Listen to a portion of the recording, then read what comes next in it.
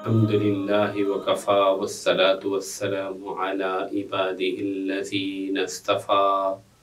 أما بعد فقد قال الله تعالى في الكلام المجيد والفرقان الحميد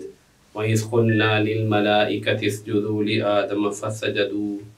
إلا إبليس أبى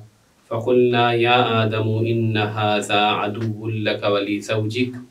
فلا يخرجنكما من الجنة فتشقى إن لك ألا تجوع فيها ولا تعرى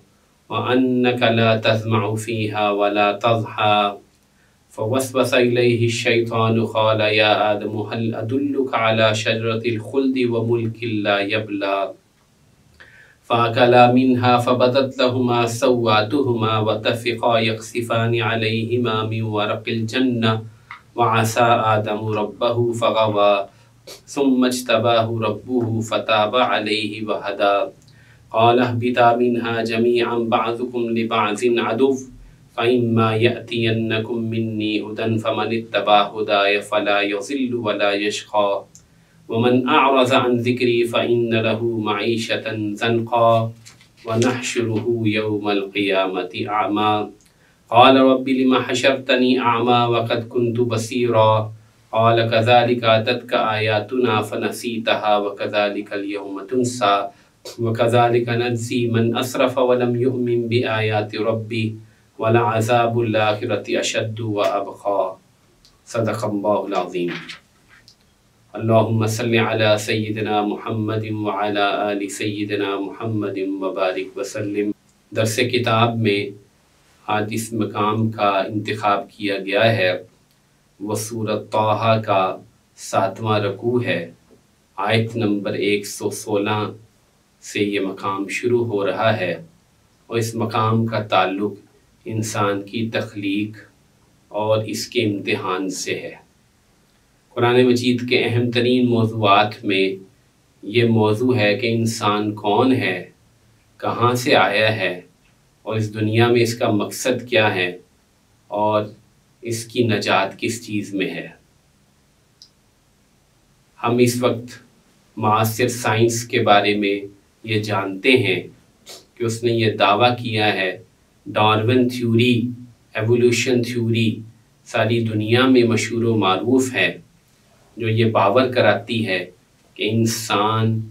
اسی دنیا میں تخلیق کیا گیا اور ارتقاء کی وجہ سے تخلیق ہوا، اور سمندر سے جو جانور نکلے وہ ضرورت کے تحت شکلیں بدلتے گئے اور آخر کار ایک بندر یا ایک بیبون وہ آخری مخلوق ہے جو سیدھا ہو گیا، جس کی کمر سیدھی ہو گئی اور اس سے انسان پیدا ہوا۔ یہ وہ نظریہ ہے، قرآن اس کی بہت صراحت سے تردید کرتا ہے اور یہ بتاتا ہے کہ انسان نہ بندر سے پیدا ہوا، نہ یہ نظریہ ارتقاء کی پیداوار ہے اور نہ یہ دنیا کی مخلوق ہے۔ آئیے دیکھتے ہیں اللہ تعالیٰ کیا فرماتے ہیں۔ وَإِذْ قُلْنَا لِلْمَلَائِكَةِ اسْجُدُوا لِآدَمَ، اور جب ہم نے کہا فرشتوں سے کہ آدم کو سجدہ کرو، فَسَجَدُوا، بس سب نے سجدہ کیا، إِلَّا إِبْلِيسَ، مگر ابلیس نے سجدہ نہیں کیا۔ یہ واقعہ قرآن مجید میں قصہ آدم و ابلیس کے نام سے مشہور ہے اور 7 مقامات پہ بیان کیا گیا ہے۔ ہم نے جس مقام کا انتخاب کیا ہے وہاں پر انسان کی پیدائش یا تخلیق یا آدم کی پیدائش اور تخلیق کا زیادہ تفصیلی تذکرہ نہیں، البتہ سورۃ اعراف میں سورۃ حجر کے اندر انسان کی تخلیق بھی بیان کی گئی ہے کہ بابا آدم کو مٹی سے اور کیچڑ سے بنایا گیا اور ان کی تخلیق اللہ تعالیٰ نے تکمیل فرما کر ان کے اندر اپنی روح پھونکی اور پھر فرشتوں کو حکم دیا کہ وہ سجدہ کریں۔ چنانچہ سب نے سجدہ کیا مگر ابلیس نے انکار کیا۔ فقلنا یا آدم، ہم نے کہا اے آدم، ان ھذا، بے شک یہ ابلیس، عدو، دشمن ہے، لکا، آپ کا، ولی زوجک، اور آپ کی بیوی کا، فلا یخرجنکما من الجنت فتشقا، کہیں آپ کو جنت سے نکلوا نہ دے، فتشقا، آپ مشقت میں پڑ جائیں گے، آپ مشقت میں پڑ جائیں گے۔ معلوم ہوا کہ انسان دنیا میں رہنے والا ہی نہیں، انسان رہنے والا ہی جنت کا ہے اور دنیا سے اس کا کوئی واسطہ نہیں، یہ جنت سے یہاں آیا تھا۔ آیت بالکل وضاحت سے کہہ رہی ہے کہ اللہ تعالیٰ نے آدم علیہ السلام کو خبردار کر دیا کہ اگر آپ اس جنت سے نکل گئے تو آپ کو بہت زیادہ مشقت ہوگی۔ ان لک الا تجوع فیہا ولا تعری، اس مشقت کا بیان ہے آپ کے لیے اس جنت میں بھوک نہیں، جو بھوک کو کہتے ہیں، ولا تعری، اور نہ ننگ پن ہے، یعنی آپ کو کپڑوں کی ضرورت نہیں، وانک لا تسمع فیہا، اور نہ آپ کو یہاں پیاس لگتی ہے، ولا تضحی، اور نہ سورج کی گرمی آپ کو ستاتی ہے۔ یہ وہ مشقت ہے جو جنت میں نہیں تھی کہ انسان کو اپنی خوراک اور اپنی لباس اور اپنے مکان کا انتظام کرنا نہیں پڑتا تھا۔ روٹی، کپڑا اور مکان، یہ وہ نعرہ ہے جو ہمارے ہاں بھی لوگ لگاتے ہیں۔ یہ وہ چیزیں ہیں جو جنت میں نہیں چاہیے تھی، لیکن فرمایا اگر جنت سے نکل گئے تو یہ چیزیں وہاں جہاں جاؤ گے میسر نہیں ہوں گی۔ چنانچہ شیطان نے یہی کیا، فوسوس الیہ الشیطان، شیطان نے آدم کو وسوسہ ڈالا، قال یا آدم، کہا اے آدم، هل ادلک علی شجرۃ الخلد، میں آپ کو اس درخت کے بارے میں نہ بتاؤں جس کو کھانے سے آپ ہمیشہ کی زندگی پا لیں، وملک، اور ایسی بادشاہت لا یبلا، جو کبھی بوسیدہ نہ ہو، پرانی نہ ہو۔ شیطان نے انسان کی اس فطری خواہش کو ٹچ کیا کہ وہ ہمیشہ زندہ رہنا چاہتا ہے اور ہمیشہ کی بادشاہت چاہتا ہے۔ چنانچہ اللہ تعالیٰ نے جس درخت کا پھل کھانے سے منع کیا تھا، شیطان نے اسی کا پھل کھانے پر مجبور کر دیا۔ فَأَكَلَا، یہاں پہ تثنیہ کا صیغہ آیا ہے، دونوں میاں بیوی نے، آدم اور حوا نے اس درخت میں سے کھا لیا۔ فَبَدَتْ لَهُمَا سَوْآتُهُمَا، تو ان کی شرم گاہیں کھل گئیں، یعنی بے لباس ہو گئے۔ معلوم شیطان بے لباسی کے ذریعے سے انسان کے اوپر جو وار کرتا ہے یہ ہمیشہ سے اس کا وتیرہ ہے۔ وَطَفِقَا يَخْصِفَانِ عَلَيْهِمَا مِنْ وَرَقِ الْجَنَّةِ، چنانچہ وہ دونوں اپنے اوپر جنت کے درختوں کے پتے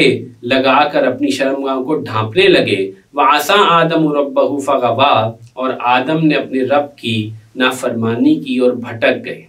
یہاں پہ یہ بات واضح رہے کہ حدیث میں، بخاری اور مسلم میں بڑی وضاحت سے آیا ہے کہ آدم علیہ السلام حضرت موسیٰ علیہ السلام کا ایک مناظرہ ہوا، ایک مکالمہ ہوا، جس میں موسیٰ علیہ السلام نے ان کو قصوروار ٹھہرایا کہ انہوں نے جنت سے نکلوا دیا اور دنیا میں آنا پڑ گیا۔ تو آدم علیہ السلام نے جواب کہا کہ یہ بات تو تورات میں تم نے پڑھی ہوگی کہ اللہ تعالیٰ نے میری پیدائش سے پہلے ہی یہ فیصلہ کر لیا تھا۔ چنانچہ موسیٰ علیہ السلام نے اس کی تصدیق کی اور کہا کہ ہاں واقعتاً آپ کی پیدائش سے 40 سال پہلے یہ فیصلہ ہو چکا تھا۔ چنانچہ آدم علیہ السلام کی یہ غلطی عالم دنیا کی ایسی غلطی نہیں جس پر ان کے اوپر کوئی الزام لگایا جا سکے، یہ تو جنت کا معاملہ تھا اور اللہ کی طرف سے حکمتاً یہ بات طے تھی کہ ان سے غلطی ہو گئی۔ چنانچہ اگلی آیت میں فوراً فرما دیا، ثم اجتباہ ربہ فتاب علیہ وہدیٰ، اللہ تعالیٰ نے پھر ان کو چن لیا، ان کی توبہ قبول کی اور ان کو ہدایت کر دی۔ اب فرماتے ہیں قال اہبطا منہا جمیعاً، اتر جاؤ اس جنت سے تم سارے، بعضکم لبعض عدو، بعض بعض کے دشمن ہوں گے، یعنی شیطان اور انسان میں دشمنی چلے گی۔ فَإِمَّا يَأْتِيَنَّكُم مِّنِّي هُدًى، پس میری طرف سے اگر ہدایت آئے گی، فَمَنِ اتَّبَعَ هُدَايَا، تو جو اس ہدایت کی پیروی کرے گا، فَلَا يَضِلُّ وَلَا يَشْقَىٰ، تو نہ وہ گمراہ ہوگا اور نہ بدبخت ہوگا۔ اوپر تشقیٰ مشقت کے معنی میں تھا، اس مقام پہ یشقیٰ بدبختی کے معنی میں ہے۔ بہت وضاحت سے پتہ چلا کہ جنت سے انسان کو اتارا گیا ہے۔ اس لیے ایلس سلور جو ایک امریکی ایکولوجسٹ ہے، ماہر ارضیات ہے، وہ بھی ڈارون کی تھیوری کے برخلاف یہ ثابت کر چکا ہے، مین از ناٹ فرام ارتھ، اس کی کتاب کا عنوان ہے، انسان اس دنیا کی مخلوق ہی نہیں، وہ انسان کو ایلین قرار دیتا ہے، یعنی غیر ارض، زمین کے علاوہ کی مخلوق، اور یہ بات قرآن بتا رہا ہے۔ اور وہ یہ بھی ثابت کرتا ہے جو بات اللہ تعالیٰ نے اوپر آدم علیہ السلام کو بتا دی تھی کہ دنیا میں تمہیں مشقت اٹھانی پڑے گی، تو اپنی کتاب میں بغیر وہ قرآن کو تو نہیں جانتا، وہ غیر مسلم ہے لیکن وہ ثابت کر رہا ہے کہ انسان کسی ایسی جگہ سے آیا ہے جہاں پہ یہ بہت VIP مخلوق تھی اور اس کو کوئی مشقت نہیں تھی، یہاں پر اس کو شاید بطور سزا کسی ایسی پاورفل ہستی نے پھینک دیا تو یہ مشقت میں مبتلا ہے۔ اس کی سکن اتنی باریک ہے، اس کی باڈی ٹیمپریچر زمین کے ساتھ ساتھ بدلتی نہیں، اس لیے سردیوں اور گرمیوں کا انتظام کرنا ہوتا ہے، جس کو اللہ نے فرمایا تھا کہ مکان بنانا پڑے گا، جبکہ باقی سب جانور ان کا ٹیمپریچر، باڈی ٹیمپریچر موسم کے ساتھ ساتھ بدلتا ہے، اس لیے اسے ان کو مکان کی ضرورت نہیں۔ اس طرح انسان کو لباس کی ضرورت ہے، جس کا اوپر اشارہ کیا گیا۔ اسی بات کو اس آدمی نے ثابت کر دیا، نتیجتاً ڈارون کی تھیوری غلط ثابت ہوئی۔ اور یہ بات ہمیں سمجھ لینی چاہیے کہ یہ ڈارون کی تھیوری، یہ موجودہ جو دہریت ہے، انکار خدا ہے، اس کی بنیاد ہے، اس لیے اس کا انکار بہت زیادہ ضروری ہے، اور قرآن پہ ایمان لانا اور یہ سمجھ لینا کہ انسان جنت سے آیا ہے۔ اب فرمایا کہ میری ہدایت آئے گی، دنیا میں رہنے کا مقصد واضح کر دیا، میری ہدایت پہ چلو، مجھے راضی کرو، یہ تمہارا امتحان ہے۔ آخری آیت میں فرماتے ہیں وَمَنْ أَعْرَضَ عَنْ ذِكْرِي فَإِنَّ لَهُ مَعِيشَةً ضَنْكًا، جو میری نصیحت، میرے قرآن سے اعراض کرے گا اس کے لیے تنگ زندگی ہوگی۔ وَنَحْشُرُهُ يَوْمَ الْقِيَامَةِ أَعْمَى، اور قیامت کے دن ہم اس کو اندھا کھڑا کریں گے۔ تنگ زندگی کی دو تفسیریں کی گئی ہیں، ایک یہ کہ دنیا میں مال و دولت کی فراوانی ہونے کے باوجود تنگ زندگی ہوگی، آسائشیں راحتیں بھی ہوں گی، لیکن دل تنگ ہوگا، مصائب سے جان نہیں چھوٹے گی۔ ابن کثیر جو بہت بڑے مفسر ہیں، وہ اس کی تفسیر میں حدیث نقل کرتے ہیں کہ اس تنگ زندگی سے مراد قبر کی تنگ زندگی ہے، جس میں ایسا عذاب ہوگا کہ انسان کی پسلیاں بھی ایک دوسرے میں گھس جائیں گی۔ چنانچہ آپ علیہ السلام نے یوں ہاتھوں کی انگلیاں ایک دوسرے میں داخل کر کے فرمایا کہ پسلیاں ایک دوسرے میں گھس جائیں گی، اور اس کے اوپر ازدہے مقرر کر دیے جائیں گے۔ جو قرآن کے منکر ہیں اور قرآن کے آیات اور احکامات کا انکار کرتے ہیں۔ دوسری سزا فرمائی کہ جہنم،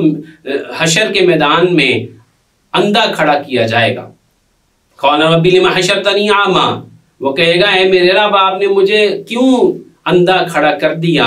حشر کر دیا، جمع کر دیا، وقد کنت بصیرا، دنیا میں تو میں آنکھوں والا تھا۔ قال کذالک اتتک آیاتنا فنسیتها، اللہ تعالیٰ فرمائیں گے جس طرح ہماری آیات تیرے پاس آئی تھیں تو نے ان کو بھلایا تھا۔ وکذالک الیوم تنسیٰ، آج ہم تجھے بھلائی دیتے ہیں، تو ہماری رحمت کا مستحق نہیں۔ معلوم ہوا کہ امتحان میں ناکامی کی صورت میں حشر کے میدان سے سزا شروع ہو جائے گی، اور امتحان میں کامیابی کی صورت میں حشر کے میدان سے کامیابی شروع ہو جائے گی۔ وَكَذَلِكَ نَجْزِي مَنْ أَسْرَفَ وَلَمْ يُؤْمِنْ بِآيَاتِ رَبِّهِ، وہی مضمون ہے، آخری مضمون۔ فرمایا اسی طرح ہم جزا دیتے ہیں اس شخص کو جو ہماری آیات، جو حد سے بڑھے اور رب کی آیات پر ایمان نہ لائے۔ وَلَعَذَابُ الْآخِرَةِ أَشَدُّ وَأَبْقَىٰ، اور یقیناً آخرت کا عذاب بہت شدید ہے اور ہمیشہ باقی رہنے والا ہے۔ خلاصہ کلام یہ ہے، سورۃ طٰہٰ کے 7ویں رکوع کی ان آیات سے معلوم ہوا کہ انسان دنیا کی مخلوق نہیں، انسان کو اللہ تعالیٰ نے بنایا، جنت میں ٹھہرایا، امتحان کے واسطے دنیا میں اتارا، مختصر زندگی گزار کر دوبارہ مر جائے گا اور زمین میں جائے گا، لیکن حشر کے دن دوبارہ کھڑا کیا جائے گا اور جزا سزا ہوگی۔ یہ ہے قرآن کا وہ پیغام جو زندگی کے مقصد کو واضح کرتا ہے اور یہ سمجھاتا ہے کہ دنیا کی زندگی جو چند روزہ ہے اس کو غنیمت سمجھو اور آخرت کی تیاری کرو۔ وآخر دعوانا ان الحمد للہ رب العالمین۔